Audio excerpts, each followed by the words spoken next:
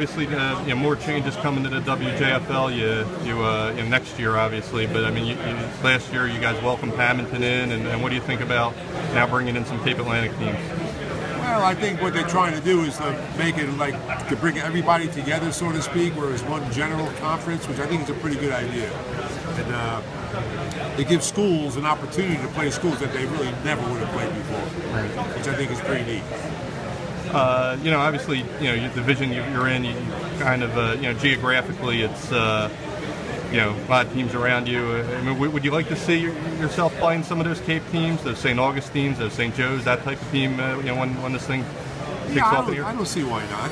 I mean, I think the division that we're in, that national division, is pretty tough. Yeah.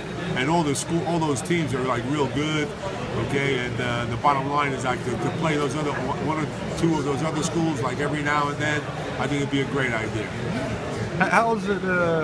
I mean, you've been in a number of conferences since you started in '79. I mean, how does this kind of compare to what you guys did in the past? Well, back in the day, like you knew what was going on, who had what, and so on down the line, because everything was consistent.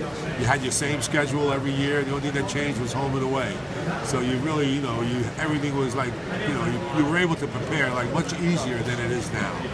Okay, because now the teams, as the schedules fluctuate here and there, you're playing teams that, like, if you don't do your homework, all right, like, you're going to be in for a long night.